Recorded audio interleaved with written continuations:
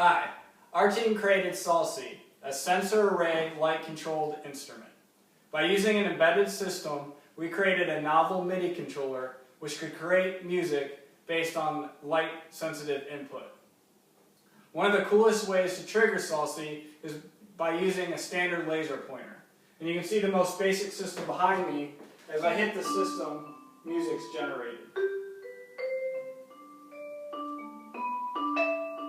One of the core requirements to building the system was to make it expandable, so that the most basic system behind us is scalable to include multiple grids of sensors.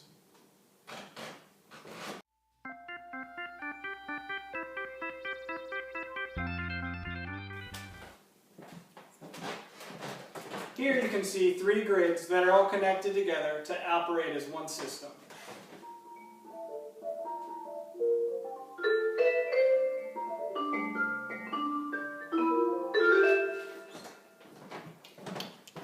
The grid can also be set up to generate different instruments in different sections per the MIDI protocol. Here you can see that we have bass, some drums, and then piano.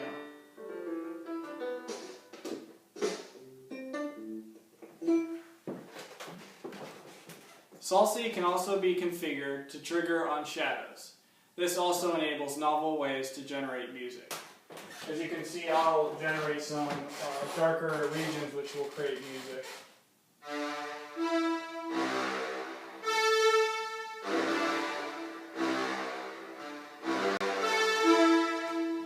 And now we move to get a brief overview of the hardware we use to create the system.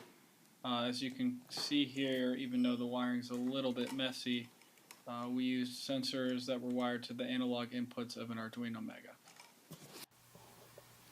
Here's some additional footage of the back of our system and its wiring. And you can see that there's multiple Arduinos tied to each panel.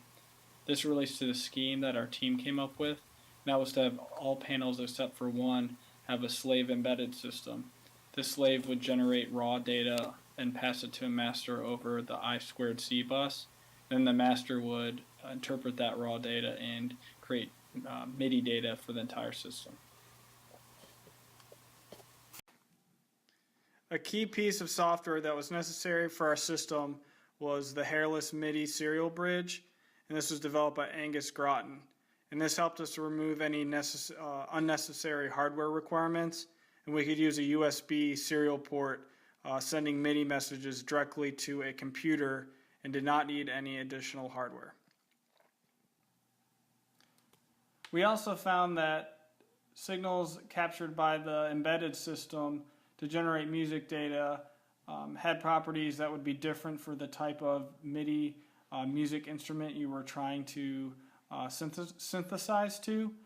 Therefore, we needed to consider different configurations within our embedded system. And here we used processing to create a GUI to send different configurations to the embedded system. You can see that the notes that each grid creates is flexible, as well as some parameters we created called toggle delay, toggle, and sensitivity. We also can calibrate on command. By default, the system calibrates to ambient light conditions when booting, but depending on how stable the environment is, you may need to recalibrate. Also, these configurations would need to be recalled after an instrument has been set up and a musician likes the performance, and we've created different load and save configurations where you can save individual panels or actually save the configuration of the entire system.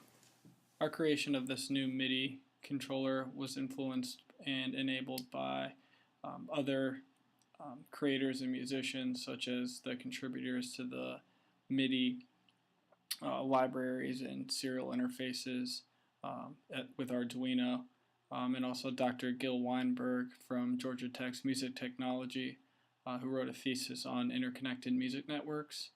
And that's really what we built on, was the being able to create a music network which would allow multiple players of different experience levels to have fun creating unique music. And with that, we leave on some footage of just some novice players creating some pretty cool music on the instrument.